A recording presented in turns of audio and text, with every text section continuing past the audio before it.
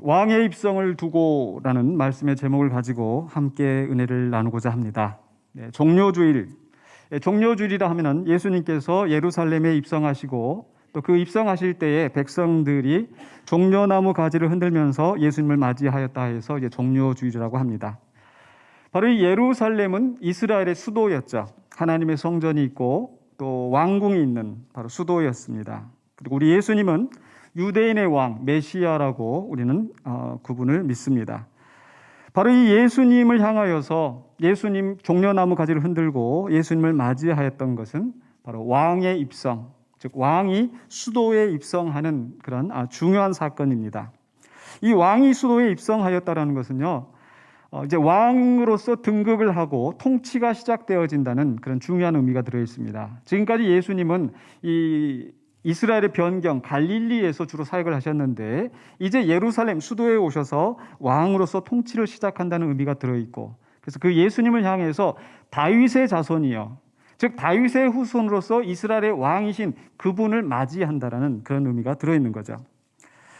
또 이 왕이 등극하는 것은요, 그냥 평범한 왕이 이렇게 계승하는 것이 아니라 나라가 위기 상황에 있을 때 이 왕이 와서 원수들을 정복하고 그 백성들을 구원하며 통치를 확립한다는 그런 의미가 들어 있습니다. 그렇기 때문에 백성들이 예수님을 맞이할 때 호산나라고 외쳤는데 그 호산나의 의미는 우리를 구원하소서. 바로 그 당시에 이스라엘이 로마의 압제 아래 있었기 때문에 이스라엘 백성들은 이 메시아가 와서 자기들 이 이방인의 압제에서 건져내 주시기를 기대했을 것이고, 바로 그 능력 있는 예수 그리스도가 오실 때 그분이 메시아라고, 그분이 왕이라고, 이제 그분이 우리를 구원할 자라고 고백했던 것 같습니다. 어쨌거나 이 종료주일이라고 하는 것은 그저 우리가 시간이 지나니까 절기가 되니까 그저 종료주일인가 보다 하고 그냥 보내는 그런 날이 아니고, 이 왕의 입성과 함께 새 구원의 역사가 시작되어지는, 즉 메시아의 통치가 시작되는 굉장히 중요한 날이라는 거죠. 자, 그런데 오늘 말씀에서 우리가 생각할 것은 바로 이 왕의 입성을 두고 사람들의 여러 가지 반응이 있었다라는 거, 그 반응들을 우리가 살펴보면서 우리가 어떤 마음으로 종료주의를 맞이하고 어떤 마음으로 우리 왕을 맞이할 것인가를 생각해 보고자 합니다. 첫 번째로는요, 마태복음 21장 1절로 7절에서 우리는 왕의 입성을 준비하는 자들을 볼 수 있습니다. 즉 제자들이, 예수님의 제자들이 이 왕의 입성을 함께 준비합니다. 1절로 2절 한번 보십시다. 그들이 예루살렘에 가까이 가서 감람산 벳박에 이르렀을 때에 예수께서 두 제자를 보내시며 이르시되 너희는 맞은편 마을로 가라. 그리하면 곧 매인 나귀와 나귀 새끼가 함께 있는 것을 보리니 풀어 내게로 끌고 오라. 지금 예수님께서 예루살렘을 향하여 저 갈릴리 북쪽에서부터 긴 여행 끝에 이제 감람산에 도착하셔서 예수님이 제자들을 마을에 보내셨어요. 그리고 나귀를 가지고 와라. 사실 우리가 이 배경을 모르면은 예수님이 그 먼 길을 오시느라고 이제 피곤해서 더 이상 못 걸어가겠다. 가서 좀 나귀를 한 마리 가지고 오라. 뭐 이런 식으로 생각하기 쉬운데 그렇지 않습니다. 그 이상의 굉장히 깊은 의미가 있습니다. 왜 예수님께서는 이 감람산에서 제자들을 보내셨는가? 바로 이 예루살렘 입성을 위한 공식적인 출발점이 바로 감람산이기 때문입니다. 즉 스가랴서 우리 14장 3절로 4절에 가보시면은요, 그때 여호와께서 나가사 그 이방 나라들을 치시되 이왕의 전쟁 날에 싸운 것 같이 하시리라. 그날에 그의 발이 예루살렘 앞 곧 동쪽 감람산에 서실 것이요. 즉 이 스가랴가 이 예언을 할 때 이방 나라가 그 이스라엘을 지배하고 있었는데 이제 하나님이 강림하셔서 그 백성을 위하여 싸우시고 백성을 구원하실 것이다. 근데 그 싸움이 어디서부터 시작되어지는가? 바로 예루살렘 동쪽 감람산에 서셔서 이제 전쟁을 시작하신다라는 그런 예언의 말씀이 있는 거죠. 그래서 예수님께서 이제 감람산에 도착하셔서 바로 이제 하나님의 대리자로서 바로 이스라엘의 회복을 하시고 세상을 구원하시는 하나님의 뜻을 이루시기 위한 공식적인 발걸음을 시작하는 곳이 바로 감람산입니다. 근데 그 감람산에서 예수님께서 제자들을 보내셔서 뭘 가져오라 하셨어요? 나귀와 나귀 새끼를 끌고 오라. 왜 예수님께서는 굳이 나귀와 나귀 새끼를 끌고 오라 하셨을까? 참 이상한 그 명령을 하신 건데요. 그 명령을 하신 이유를 3절, 4절에서 이렇게 설명을 하고 있습니다. 만일 누가 무슨 말을 하거든 주가 쓰시겠다 하라. 그리하면 즉시 보내리라 하시니 이는 선지자를 통하여 하신 말씀을 이루려 하심이라 일러스되 하고 이제 선지자의 말씀이 나오는데요. 이 말씀 우리가 생각을 해보면은 우리가 제자들의 입장에서 한번 생각해 보십시다. 예수님이 제자들 보내면서 야, 너 저기 가서 나귀를 좀 가지고 오라. 그럼 상식적으로 뭐 나귀를 가져오려면 뭐 돈을 줘가지고 그 나귀를 사오게 한다든지 그런 것도 아니고 그냥 가서 나귀가 보이거든 그냥 끌고 오라는 거예요. 그리고 누군가 뭐라고 하면은 주가 쓰시겠다 하라 이렇게 얘기하라는 거죠. 여러분 같으면 그렇게 하시겠습니까? 예수님 그러다가 나 도둑놈으로 잡혀요. 예수님 왜 그런 명령을 하십니까? 나귀 주인의 입장에서 한번 생각해 본다면요. 누군가가 와서 내 소유의 물건을 그냥 가져가려고 하는 거예요. 왜 가져가냐고 하니까 주가 쓰시겠다. 이 말만 하면 그냥 내주겠습니까? 사실 그렇게 할 수 없는 상황이잖아요. 근데 왜 이런 일들이 이루어지고 있는가? 왜 예수님은 제자들을 보내셔서 이상한 명령을 하시고 또 그 주인은 그 명령을 순종을 했을까? 사실 이렇게 명령하시는 것도 역시 선지자의 말씀과 구약의 말씀과 관계가 있기 때문입니다. 바로 이 선지자의 말씀이 무엇인가? 마태복음 21장 5절에 있습니다. 시온 딸에게 이르기를 내 왕이 내게 임하나니 그는 겸손하여 나귀 곧 멍에 매는 짐승의 새끼를 탔도다 하라 하였느니라. 즉 이 나귀와 나귀 새끼를 타고 오는 것은 바로 이 새로 올 왕 메시아의 도래를 준비하는 굉장히 중요한 의미가 있다라는 거죠. 그래서 아마 제자들도 또 나귀 주인도 바로 이 새로 오실 메시아가 나귀를 타고 온다는 것을 알고 있었기 때문에 즉 이 제자들이 그들을 향해서 주가 쓰시겠다라고 했었을 때 사실 그 주가 누구인지 아마 정확히 몰랐을 수도 있어요. 다만 하나님이 쓰시는구나. 하나님의 역사가 이제 이루어지겠구나라고 하는 그런 신앙 고백 속에서 제자들도 순종을 하고 그 나귀의 주인도 아마 순종을 했지 않았을까. 물론 저는 이 말씀뿐만 아니라 앞뒤 맥락을 쭉 살펴보면은요. 과연 이 제자들이 예수님의 말씀에 순종할 때 이 예수님의 말씀하신 그 의미를 다 알고 있었을까? 지금 예수님이 예루살렘에 입성하시는 그 의미를 다 알고 있었을까? 그렇지 않았을 것 같습니다. 왜냐하면은 예수님께서 마태복음 16장에서부터 계속해서 제자들을 향하여서 이제 인자가 대제사장과 서기관들에게 넘겨져서 십자가에 못 박혀 죽을 것이라는 것을 여러 차례 말씀하셨습니다. 그러나 그 제자들은 그 예수님의 고난을 피하려고 했습니다. 예수님은 지금 자기 자신을 대속물로 드리러 가는 그 희생의 길인데 제자들의 마음속에서는 이제 예수님이 예루살렘에 가서 왕이 되시면은 누가 큰 자가 될 것인가? 누가 서열 1위, 서열 2위, 누가 왼편, 누가 오른편? 세상 사람들과 다름없이 자기들의 권력을 가지고 자기들이 성공하게 될 거라는 그런 기대를 가지고 지금 예수님과 함께 그 걸음을 옮기고 있었죠. 자기들이 믿고 따르던 예수님이 체포당하시고 고난당하실 때 그리고 십자가에 그 비참한 죽음을 당하실 때 제자들은 도망갔고 배신하고 예수님을 부인하고 그런 형편없는 제자들이었습니다. 그런데 저는 오늘 그 말씀 속에서 오히려 예수님의 은혜가 더 깊이 마음에 와닿았습니다. 왜냐하면 그렇게 형편없는 제자들인데 예수님은 선지자들의 말씀을 이루시기 위하여서 그 제자들을 보내시고 그 하나님의 일이 이루어지게 하셨다라는 겁니다. 그래서 제 마음 같아서는 내가 이런 놈들 믿고 무슨 일을 하겠는가? 이놈 나를 배반할 건데 그렇게 생각하지 아니하시고 그 흠 많고 허물 많은 제자들을 통해서 하나님의 일을 진행하십니다.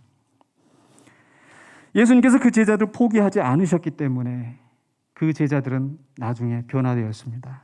그래서 이 상황을 기록하고 있는 요한복음도 이렇게 말씀합니다. 이렇게 증거합니다. 요한복음 12장 16절에서 제자들은 처음에 이를 깨닫지 못하였다가, 즉 예수님께서 예루살렘에 입성하셨던 그 일, 그 의미, 사람들이 호산나 다윗의 자손이여 외쳤던 그 의미가 무엇인지 깨닫지 못하였는데 예수께서 영광을 얻으신 후에야 이것이 예수께 대하여 기록된 것임과 사람들이 예수께 이같이 한 것임이 생각났더라. 아멘. 예수님이 포기하지 않으시고 여전히 그들을 사용하시고 그들을 붙드셨기 때문에 제자들은 새로운 기회를 얻고 깨달은 다음에 예수님을 위해서 더욱 헌신하는 자들이 된 줄로 믿습니다. 우리도 마찬가지로 이 제자들처럼, 아니 어쩌면 그 제자들보다 더 못나고 더 주님을 근심하게 하는 그런 죄인들입니다. 그래도 주님께서 우리를 포기하지 아니하시고 여전히 우리를 사용하실 줄로 믿습니다. 제자들은 분명히 지식의 한계가 있었고 믿음의 한계가 있었습니다. 그래도 그 가운데 순종했기 때문에 그 순종을 통하여서 하나님의 일이 이루어집니다. 제자들이 순종하여서 이제 그 일이 진행되어지는데 6절로 7절에 이렇게 되어 있습니다. 제자들이 가서 예수께서 명하신 대로 하여 나귀와 나귀 새끼를 끌고 와서 자기들의 겉옷을 그 위에 얹음에 예수께서 그 위에 타시니. 허무맹랑한 명령이지만 그 말씀에 순종하였고, 그리고 그 나귀와 나귀 새끼를 가져온 다음에 자기들의 겉옷을 그 위에 얹어서 예수님이 불편하시지 않도록 왕의 위엄을 가지고 예수님께서 그 예루살렘에 입성하실 수 있도록 자기의 소유를 예수님 앞에 드리는 겁니다. 순종하는 제자들의 모습. 이렇게 나귀를 타고 예수님께서 예루살렘에 입성하시는데 왜 예수님께서는 굳이 나귀를 타고 입성하셨을까? 물론 잘 아시는 말씀대로 스가랴서 9장 9절에 내 왕이 겸손하여서 나귀를 타고 나귀 새끼를 타고 올 것이라 라는 그 말씀을 성취하게 하렵니다. 그런데 그렇다면 여기서 우리가 한 가지 더 물어볼 것은 왜 스가랴는 굳이 그 메시아가 나귀를 타고 올 것이라고 예언했을까? 바로 스가랴가 이 예언을 하기 전에 오래전에 바로 그 유사한 역사가 있었어요. 열왕기상 1장에서 이 다윗에게는 이 아도니아라는 아들이 있었는데 이 아들이 자기 스스로 왕이 되겠다고 반란을 일으켜서 왕이 된 것을 선포한 적이 있었어요. 그런데 다윗이 하나님의 뜻을 따라서 세우려고 하는 후계자는 솔로몬이었었죠. 그런데 이 아도니아가 먼저 선수를 쳐서 왕이 되었을 때 다윗이 선지자와 제사장 또 핵심 지도자들을 불러서 너는 가서 솔로몬을 데려다가 내 노새에 태워서 기온에 내려가서 솔로몬이 왕이라는 것을 선포해라. 바로 그 명령대로 열왕기상 1장 38절에서 이렇게 기록되어 있죠. 제사장 사독과 선지자 나단과 여호야다의 아들 브나야와 그렛 사람과 블렛 사람이 내려가서 솔로몬을 다윗 왕의 노새에 태우고 인도하여 기온으로 가서 솔로몬이 왕이라고 선언한 거예요. 즉, 이 나귀를 타고 왕이 임할 것이라는 것은 바로 다윗의 자손, 마치 다윗의 아들 솔로몬이 왕이 되었던 것처럼 이제 이 나귀를 타고 오는 그 왕이 다윗의 자손이고 메시아이고 구원자라는 것을 선언하는 그런 의미가 들어있는 거죠. 왜 그러면 굳이 말이 아니고 노새였을까? 나귀였을까? 다윗은 전쟁 영웅이었습니다. 그는 사방에 다니면서 원수들 정복하느라 아마 말을 타고 다녔을 터인데 이제 그가 늙음하게 노새를 타고 다니면서 더 이상 전쟁을 하지 않는 그런 상황이었었겠죠. 그런 속에서 솔로몬은 더 이상 전쟁하는 왕이 아니라 평화의 왕이기 때문에 말을 타고 가서 왕이 되는 것이 아니라 평화의 왕이라는 의미에서 노새를 타고 솔로몬을 왕위로 옹립하는 그런 역사가 있었던 것이죠. 그렇기 때문에 바로 예수님이 나귀를 타고 오시는 것은 이제 다윗의 정통성을 부여받은 왕으로서 성경에 예언되었던 바로 그 메시아 왕으로서 등극한다는 것을 선언하는 겁니다. 그리고 그 메시아는 정복자가 아니라 전쟁을 하는 영웅이 아니라 세상의 구원과 평화를 이루시는 평화의 왕이 되는 것을 선언하는 겁니다. 그래서 이 나귀 새끼를 타고 오신 예수님, 굉장히 중요한 의미가 있습니다. 예수님은 왕이십니다. 그분이 싸우는 원수는 세상의 혈과 육에 관한 싸움이 아니라 바로 죄와 사망의 권세에서 그 백성을 구원하시는, 그리고 이 땅에 완전한 평화를 이루시는 왕이 될 것을 선언하시는 말씀이었습니다. 바로 그 일을 위해서 제자들이 보내심을 받아서 나귀 새끼를 가져왔다는 것, 왕의 입성을 준비하는 그 역할을 했다는 것, 우리가 그것을 기억하기를 원합니다. 비록 우리 자신은 흠이 많고 연약한 존재이지만 바로 우리를 통하여서, 나를 통하여서 주님의 왕권이 이루어지기를 간절히 원합니다. 두 번째는요, 어떤 사람들이 있었는가? 왕의 입성을 두고 왕의 입성을 환영하는 자들이 있었어요. 비록 주님의 보내심을 받아서 왕의 입성을 준비하는 위치에 있지는 않았지만은 그 예수님을 환영하는 자들, 누굽니까? 성에 있었던 그 무리들. 8절로 12절에서 무리들이 예수님을 영접하는 장면이 나오는데요. 8절로 9절 보십시다. 무리의 대다수는 그들의 겉옷을 길에 펴고 다른 이들은 나뭇가지를 베어 길에 펴고. 예수님이 오시는 길에, 나귀를 타고 오시는 길에 겉옷을 벗어서 그 앞에 깔아주는 거예요. 나뭇가지를 베어서 길에다 펴주고. 야, 이게 무슨 뜻일까? 마치 그 왕이 외국에서 누구 이렇게 귀빈들이 온다 그러면 이게 뭐라고 그러나, 이 주단이라고 해야 되나요? 네. 또는 그 영화 배우들이 가는 그 길? 네. 아마 그런 정도로 지금 백성들이 준비하는 걸까? 물론 그런 의미도 있겠죠. 존귀하신 분, 귀하신 분 오니까 우리가 그 앞에 길을 깔아준다. 그런데 이 겉옷을 길에 펴고 나뭇가지를 베어 길에 펴는 이 사건은 그 이상의, 단순히 존경을 표시하는 그 이상의 의미가 있다는 거예요. 뭐냐면요, 바로 열왕기하 9장에 보면 이런 말씀이 나옵니다. 무리가 각각 자기의 옷을 급히 가져다가 섬돌 위 곧 예후의 밑에 깔고 나팔을 불며 이르되 예후는 왕이라 하니라. 이 당시 예후는 어떤 사람이었는가? 바로 이 아합 그 왕조의 군대 장관이었어요. 이 아합은 바로 이스라엘의 바알과 아세라 신을 들여온 가장 타락한 왕이었었죠. 또 나봇의 포도원을 억지로 빼앗았던 그런 악한 왕이었었고, 그런데 바로 이 예후라는 사람이 왕이 되면서 그 아합의 집의 모든 우상들을 다 척결하고 나라를 개혁한 그런 왕입니다.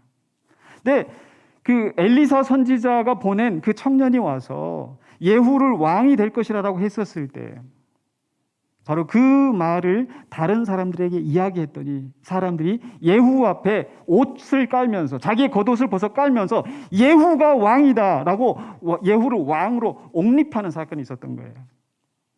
그래서 지금 이 무리가 지금 자기 겉옷을 펴서 깔아서 놓은 것은 뭐다? 예수님이 왕이시다. 이제 우리를 모든 악에서 우리를 구원하고 새 시대를 이루어갈, 개혁을 이루어갈 왕이 오신다라는 그런 환영의 의미가 들어있는 거죠. 나뭇가지를 베어서 그 앞에 깔았다는 것도 의미가 있습니다. 바로 이 똑같은 상황을 기록하고 있는 요한복음 12장 12절로 13절에서는요. 그 이튿날에는 명절에 온 큰 무리가 예수께서 예루살렘으로 오신다는 것을 듣고 종려나무 가지를 가지고 맞으러 나가 외치되 호산나 찬송하리로다. 그래서 종려주일이라는 그 단어가, 그 말이 바로 요한복음 12장에서 나온 거예요. 왜 종려나무를 가지고 예수님을 맞이하였는가? 이것도 역시 성경의 역사를, 이스라엘의 역사를 알아야 그 의미가 이해되어집니다. 바로 예수님이 오시기 한 160년 전에, 160년, 170년 전에 바로 마카비 혁명이라는 게 있었어요.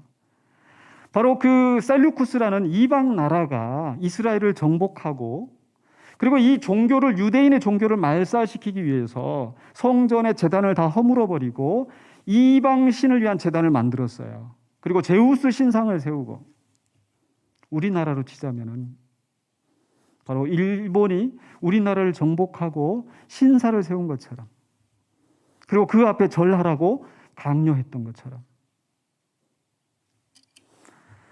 근데 이 바로 마카비 집에 그 아버지 때부터 이제 그 형제들이 이 독립운동을 하는 겁니다. 그 중에서 이제 아주 유능한 아들이 바로 이제 다섯째 아들 마카비였었는데, 바로 이 마카비가 굉장히 이 전쟁을 잘해가지고 그 이방 사람들을 몰아내고 성전을 회복하는 일이 있었어요. 그게 우리 성경에는 없지만은 그 천주교에서 쓰고 있는 그 공동 번역 성경에 바로 마카베오서에 이런 기록이 있습니다. 마카베오 하 10장 1절과 2절에 보시면요, 마카베오와 그의 동지들은 주님의 인도를 받아 성전과 예루살렘 성을 탈환하고 이교도들이 광장에 쌓아놓은 제단과 소위 그들의 성역을 헐어버렸다.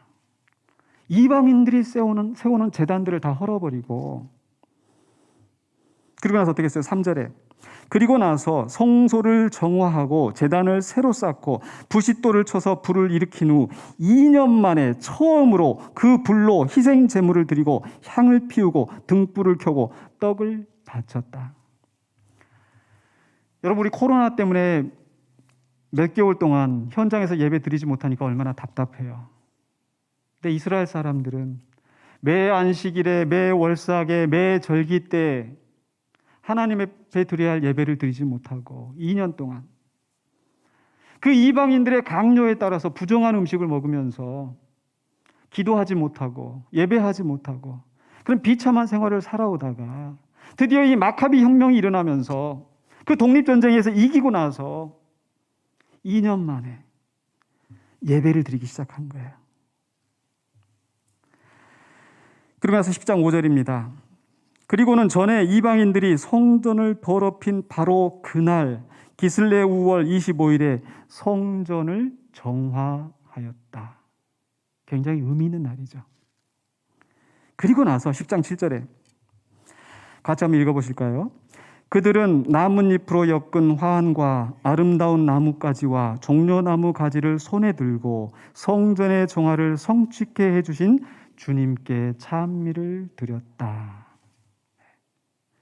그러니까 우리는 이 종려나무 가지를 이스라엘 사람들이 흔들고 이럴 때 무슨 의미인지 잘 모르는데, 그 당시에 이스라엘 사람들은 170년 전에 있었던 바로 그 일을 계속 기념하면서, 그리고 지금은 로마의 지배 아래 그 타락한 성전, 그것을 바라보면서 언제 메시아가 와서 이 예배가 회복되어질 것인가, 성전이 회복되어질 것인가, 그 기대 속에 있는데, 바로 저 갈릴리에서 온 그 예수라 하는 이, 그분이 메시아라고 하는데, 이제 그분이 오심으로 말미암아 지금 이방인들이 물러가게 되고 모든 악을 물리치시고 이제 나라를 새롭게 하시고 예배가 회복될 것이라는 그 기대 속에서 종려나무 가지를 흔들고 왕이 오시는 그 길을 맞이하는 겁니다.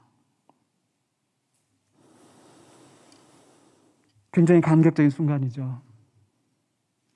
그래서 바로 그 메시아가 나귀를 타고 올 때, 바로 스가랴에서 예언되었던 그 말씀대로 모든 악에서 우리를 구원할 메시아가 지금 오고 있고, 그리고 그분을 통해서 성전이 정화될 것이다, 회복되어질 것이다.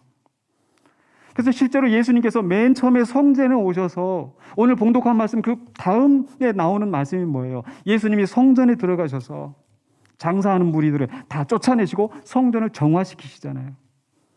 이 종려나무와 성전의 회복, 예배의 회복, 중요한 연결고리가 있는 겁니다.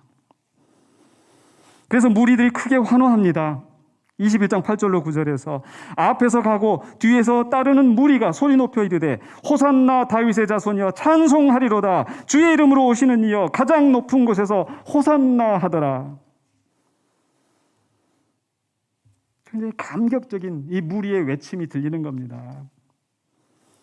사실 우리는 그냥 성경에 있는 하나의 사건으로 그냥 넘어갈 수 있어요.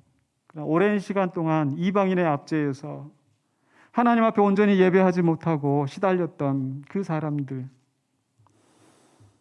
얼마나 간절한 마음으로 이 외침을 했겠습니까? 아마 모르겠어요. 모르긴 몰라도 아마 역사가 지난 다음에 지금 이 코로나 시대 2020년, 2021년 전 세계적으로 무슨 일이 있었는지 한참 지나간 다음에는 사람들이 그저 역사 속에서 희미한 기억으로 남을지 모르겠습니다. 근데 만약에 이게 아주 시간이 오래되었다가 뭐 백신이 나오고 뭐 치료제가 나오고 했다면 얼마나 사람들이 좋아하겠어요. 그죠? 근데 지금 예수님이 입성하신 그것은 훨씬 더 그 큰 의미가 있다라는 거죠. 우리를 저 이방인의 압제에서 구원하시고 예배를 새롭게 할 왕이 오신다. 그런 마음으로 이들은 찬양하고 외쳤던 거예요. 사실 바로 이 찬양과 외침은 우리 예수님에게 합당한 찬양이고 외침인 줄로 믿습니다. 저는 이런 생각을 해봅니다. 그런데 이렇게 찬양을 하는 사람들이, 예수님을 이렇게 왕으로 맞이했던 사람들이 과연 예수님을 제대로 알았을까? 꼭 그렇지만은 않은 것 같아요. 사람들이 서로 묻습니다. 야, 무슨 일이야? 저기 누구야? 어떤 사람이 대답합니다. 저 사람은 갈릴리에서 온 선지자라. 예수님이 메시아고 그리스도라는 것을 온전히 알지 못하고 그저 자기들이 생각하는 그런 기대 속에서 왕을 맞이하는 거예요. 어쩌면 그들은 예수님을 메시아로 알고 있었지만은 그 당시에 다른 제자들 그랬던 것처럼, 많은 사람들이 그랬던 것처럼 그저 우리를 이 정치적으로 군사적인 그런 압제에서 우리를 해방시키고 우리나라를 복되게 할 그런 메시아로 이기적인 동기에서 구원을 갈구했을지도 모르겠습니다. 그렇기 때문에 이들은 바로 자기들이 기대했던 대로 이 예수님이 행하지 않자 예수님을 십자가에 못 박는 일을 서슴지 않고 예수님을 못 박으소서, 못 박으소서 외쳤던 바로 그 무리들이었습니다. 오늘 우리는 어떤 모습에 있는지 예수님 앞에 나와서 찬양하고 예수님을 사랑한다고 고백하고 예수님이 나의 왕이라고 외치지만 과연 내가 정말 진심으로 예수님을 나의 왕, 나의 구주로 섬기며 살아가고 있는지, 나의 삶 속에서 여전히 예수님은 나의 왕이 아니시고 객으로 계시는 분은 아니신지 종료주의를 맞이하면서 돌아보기를 원합니다.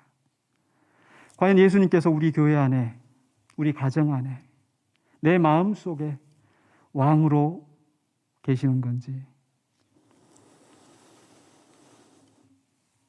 세 번째 무리가 있었습니다. 세 번째 사람들이 있었는데요. 바로 왕의 입성을 거부하는 자들이 있었어요. 예수님이 왕으로 입성하실 때 준비하는 자들도 있었고 환영하는 자들도 있었는데 그 왕의 입성을 거부하는 자들 누굽니까? 성전의 기득권자들. 이 예수님이 입성하시는 것은 이제 새로운 예배가 회복되어지고 하나님 나라의 새 질서가 시작되는 것을 선언하는 것인데, 그동안 자기들의 권력을 가지고 자기의 기득권을 유지하면서 자기들의 욕심을 채워왔던 자들이 이 새로운 지도자를 받아들이지 못하는 거예요. 예수님은 성전의 예배를 회복시키시는 분이신데 새 시대가 이루어지는 것을, 새 질서가 이루어지는 것을 누구든지 높아지려고 하거든 낮아지라 말씀하시고,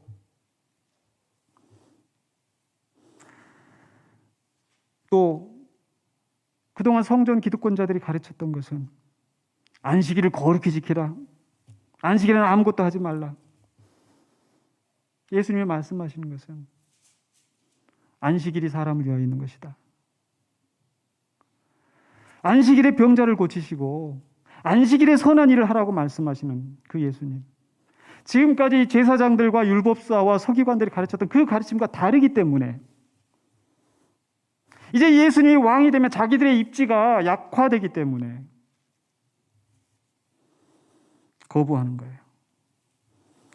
자기들은 매번 음식을 먹을 때마다 그 정결의 규례에 따라서 손을 열심히 씻었는데 예수님의 제자들은 손을 씻지 않고 음식을 먹는 걸 보면서 이 믿음 없는 것들, 이 불경한 것들, 예수님 말씀하십니다. 사람의 입으로 들어가는 것이 그를 더럽게 하는 것이 아니라 그 입에서 나오는 것이 그를 더럽게 한다. 바리새인과 서기관들이 하나님의 일을 한다고 하면서 다른 사람들을 무시하고 경멸하고 온갖 저주의 말을 쏟아내고 그러면서 자기들의 종교적인 권위로 사람들을 짓누르고 억압하고, 그러나 새로운 메시아가 왔었을 때 그 자리를 내어줘야 되는데 자기들의 욕심이 내어주지 못하는 거예요. 그리고 사람들이 예수님을 높일 때 그걸 시기하면서 이렇게 이야기합니다. 마태복음 21장 15절로 16절에 대제사장과 서기관들이 예수께서 하시는 이상한 일과 또 성전에서 소리질러 호산나 다윗의 자손이여 하는 어린이들을 보고 노하여 예수께 말하되 그들이 하는 말을 듣느냐? 이 성전이 시끄러우니까 예수님을 향해서 당신이 뭔데 이런 짓을 하느냐?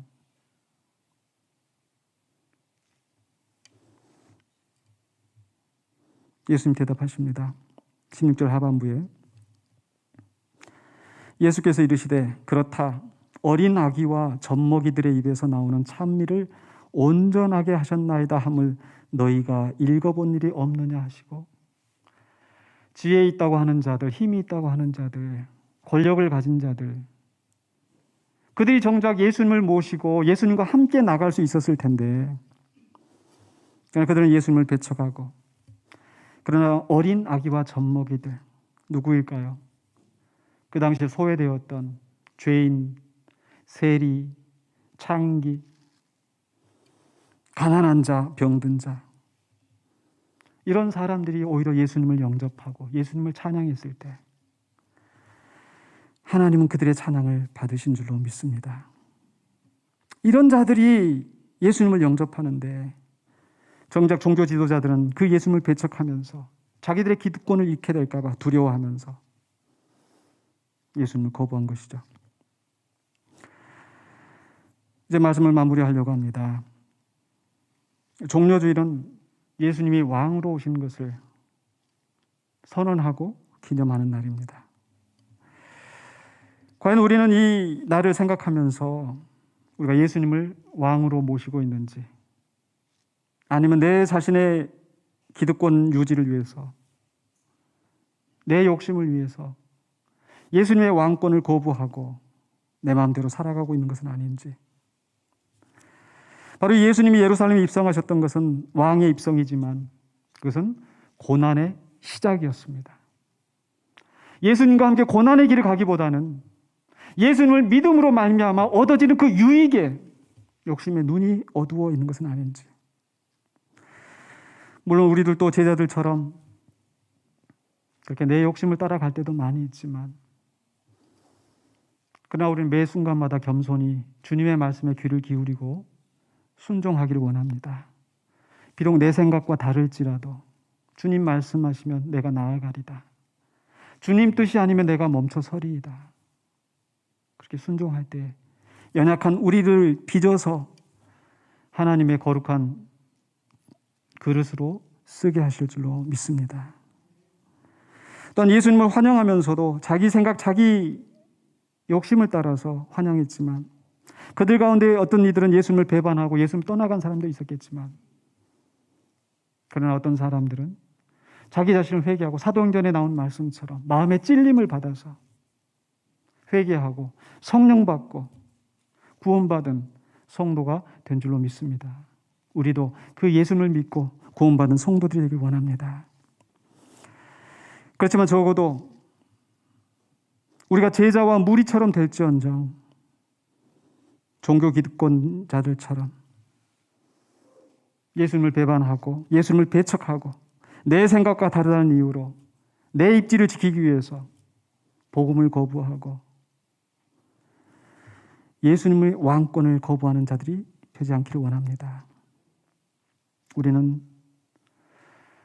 예수님이 오시는 그 사건은 과거의 사건으로 끝나는 것이 아니라 이제 왕으로 다시 오시는 분인 줄로 믿습니다. 이제 그 왕의 오심을 준비하는 자들이 되길 원합니다. 비록 우리 매일의 삶 속에서 우리의 연약함이 드러나고 우리의 무지함이 드러나고 우리의 죄악된 모습들이 보여진다 할지라도 주님 앞에 겸손히 순종하며 왕의 오심을 준비하는 저와 여러분이 되시기를 주의 이름으로 간절히 축원합니다. 기도하겠습니다. 거룩하신 아버지 하나님 은혜를 감사합니다. 비록 우리가 어리고 연약할지라도 때로는 죄악에 넘어져서 주님을 근심하게 하는 자일지라도 여전히 우리를 포기하지 아니하시고 우리를 붙드셔서 주님의 나라를 이루는 동역자로 세우신 아버지 하나님, 우리가 주님의 말씀을 온전히 깨닫기를 원합니다. 지금 우리의 삶 속에서, 우리의 삶의 현장 속에서 주님이 내게 명령하신 바를 온전히 순종하며 나를 통하여 주님의 뜻이 이루어지는 그 역사에 우리가 동참하게 하여 주시옵소서.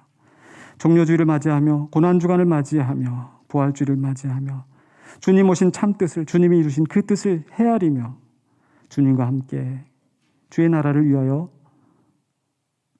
사역하는 주의 청지기들이 되게 하여 주시옵소서. 예수 그리스도 이름으로 기도하옵나이다. 아멘.